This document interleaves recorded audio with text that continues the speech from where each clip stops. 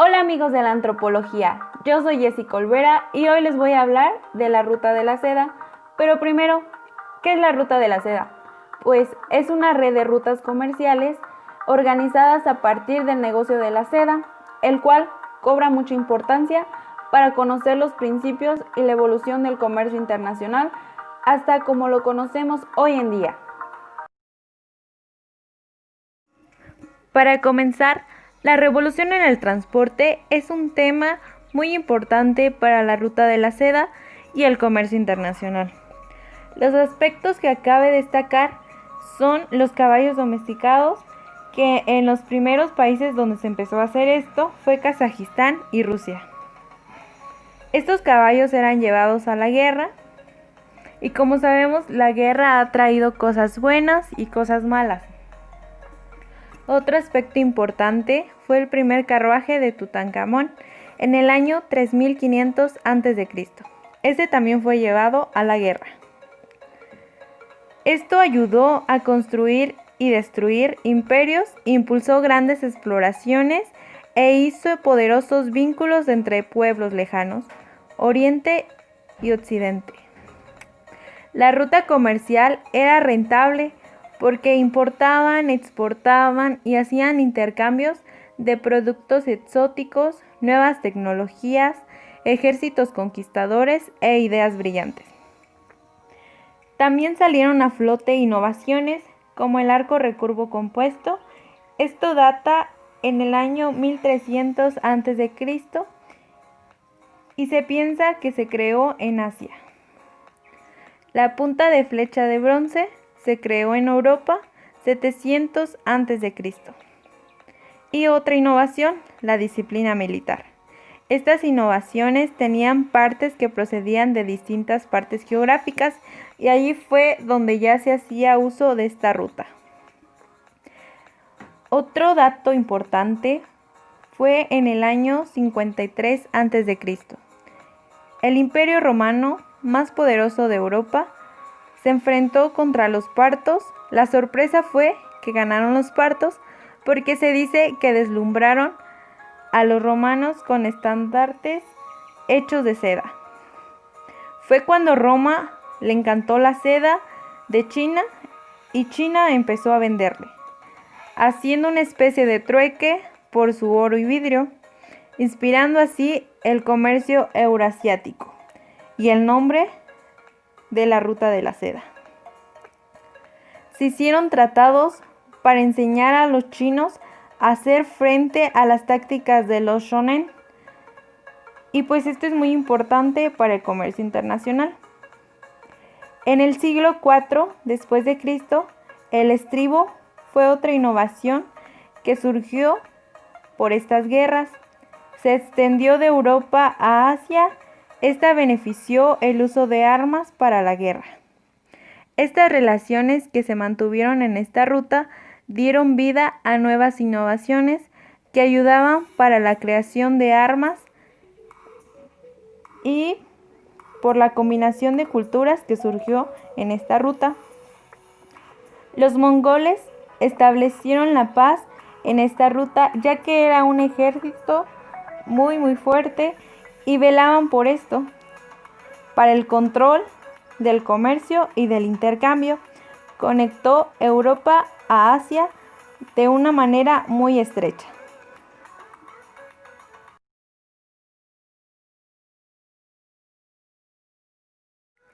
La paz mongólica tuvo gran impacto al desarrollo de los europeos. Viajaron al este mercaderes, diplomáticos y misioneros por productos populares como las especies, telas, historias del Oriente, nuevos conocimientos de tierras distantes.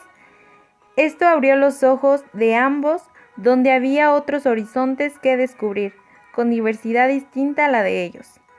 Venecia y Génova fundaron puestos comerciales en el Mar Negro para recoger y transportar las mercancías que llegaban de la Ruta de la Seda.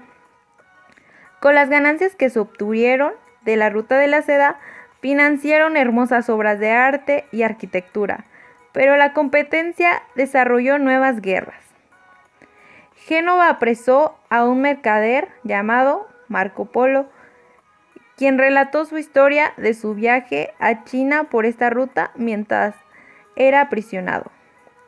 850 después de Cristo fue la creación de la pólvora, que aunque no fue utilizada para lo que se creó, se utilizó para el combate de las guerras.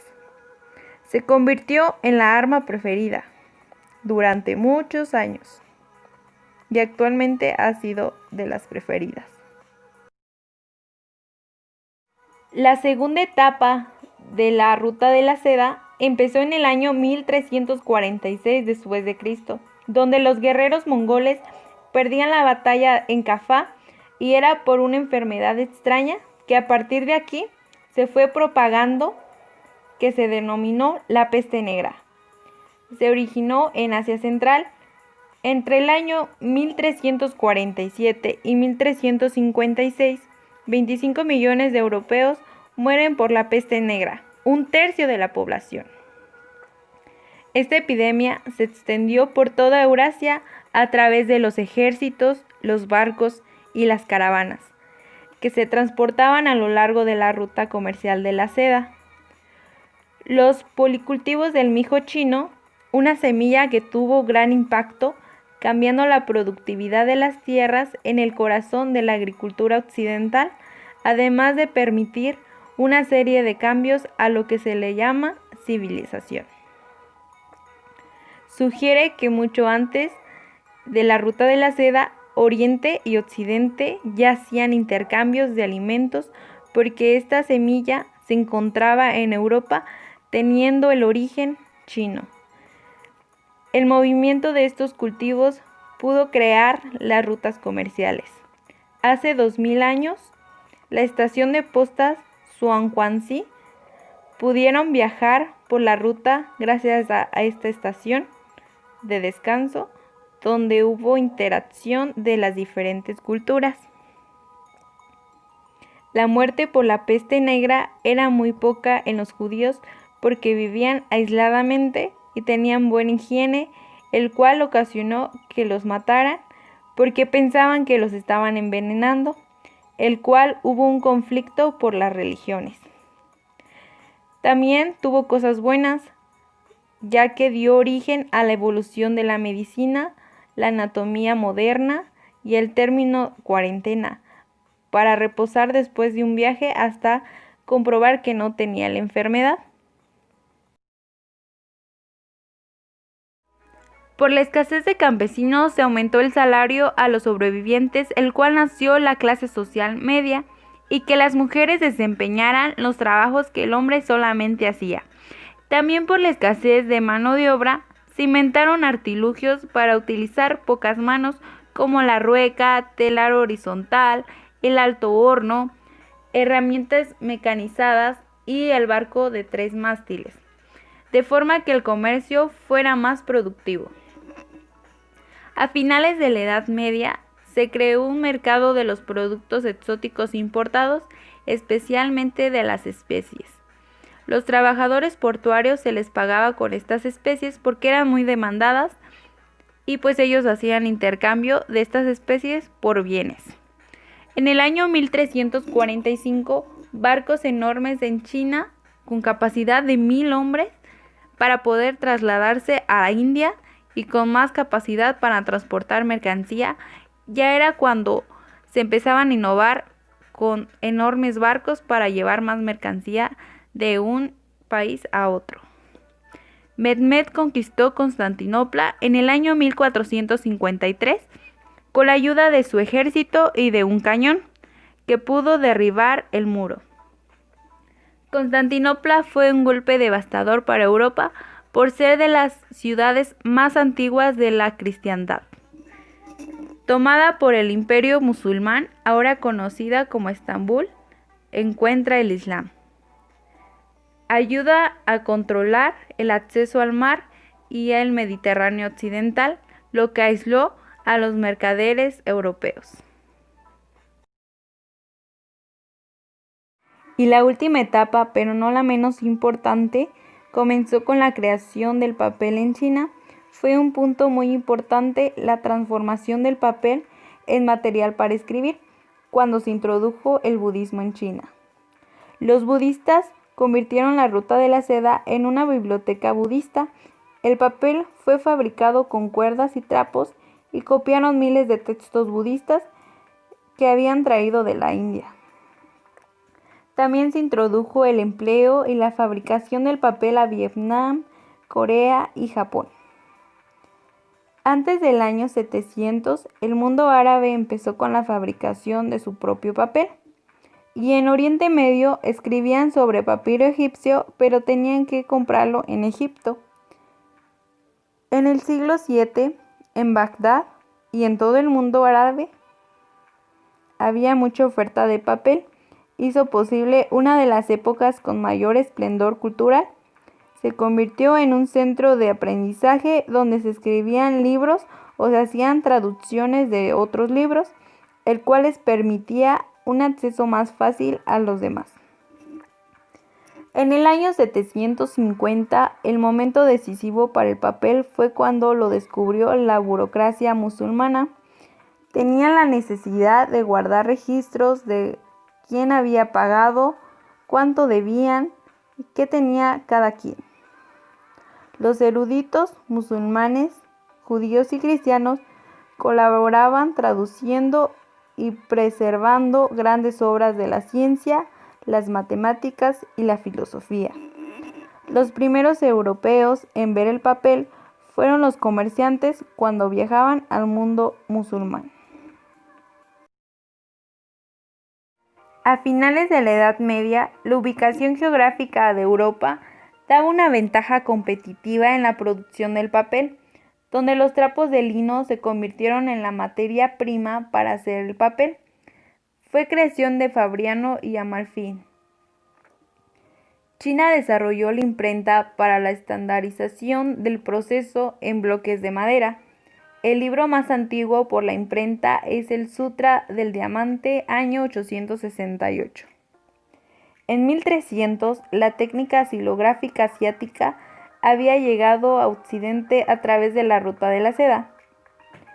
Chino hizo una forma más eficiente. En lugar de tallar bloques de madera, lo hicieron en piezas en arcilla y luego las endurecían y después las ponían en un marco para formar la página. Fue la primera vez que se usaron los tipos móviles.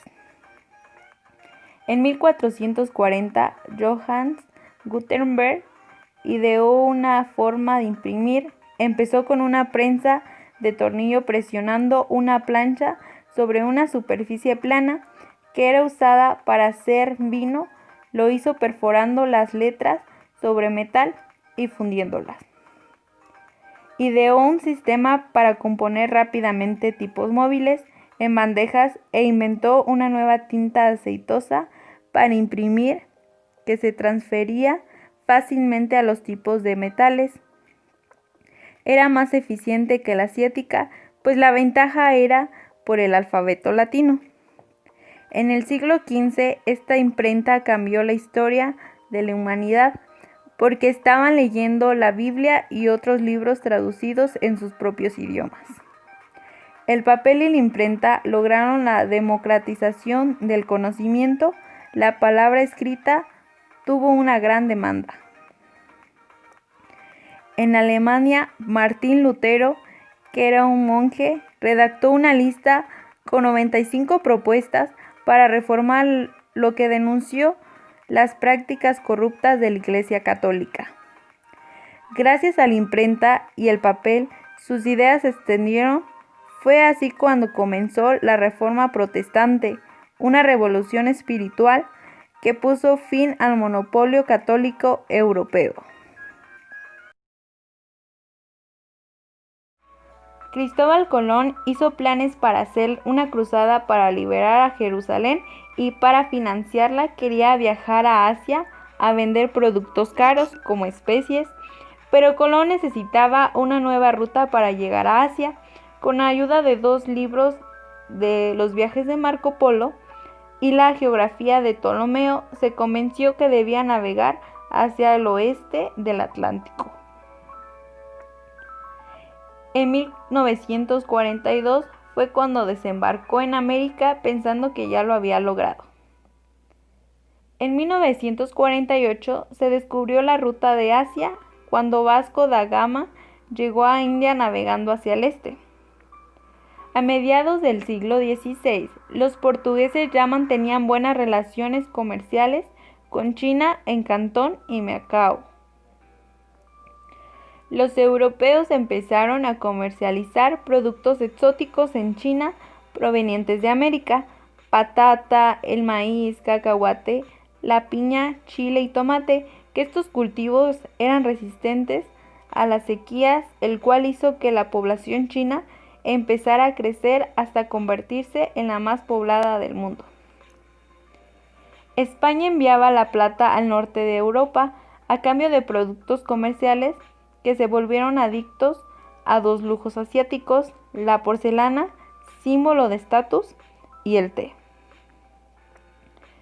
Matteo Ricci llegó a China y se quedó allí. Se encontró con muchas mentes, fue convirtiendo personas al catolicismo, colaborando con el matemático Zhuang Guangxi. Tradujeron clásicos de la ciencia.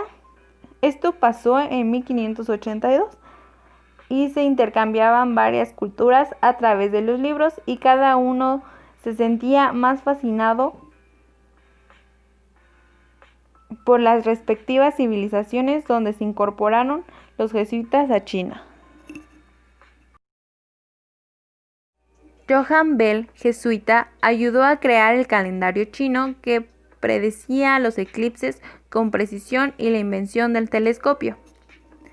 El sacerdote belga Ferdinand construyó un acueducto, cañones y un vehículo a vapor. En 1674 también presentó un nuevo mapa del mundo. Era el resultado de la colaboración de los chinos y los europeos. Era la visión del mundo inspirada de la ciencia, exploración y la confianza.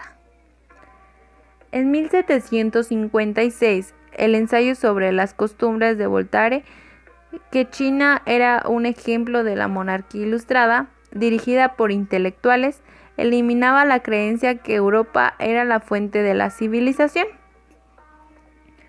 El telar mecánico, la máquina de vapor, el capitalismo industrial había conectado los rincones más remotos del mundo.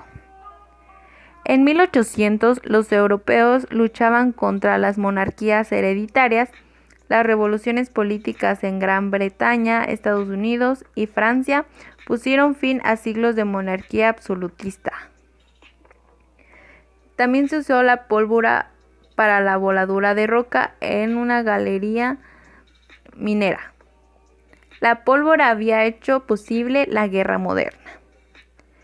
En 2017, en nuestro tiempo, la ruta de la seda sigue siendo muy transitada por el transporte ferroviario, donde es el intermediario para la importación y exportación entre Europa y Asia.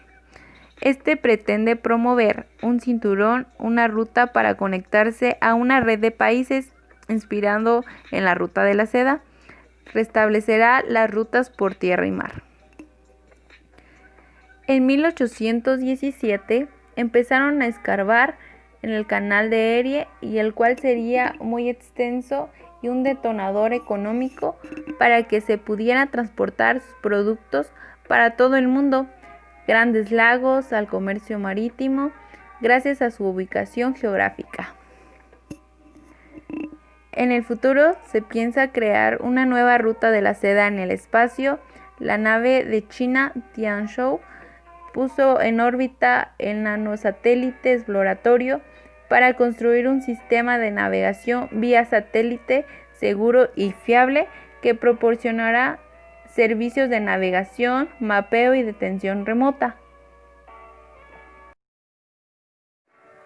Como sabemos, todas las cosas van evolucionando, así la ruta de la seda se fue adaptando al cambio y fue clave para el comercio internacional. Además de ir incorporando las tecnologías para facilitar el intercambio de bienes, y no solo eso, también ayudó a la ilustración de la ciencia y, muy importante, de la cultura. Bueno, amigos de la antropología, esto fue todo. Espero les haya gustado. Hasta pronto.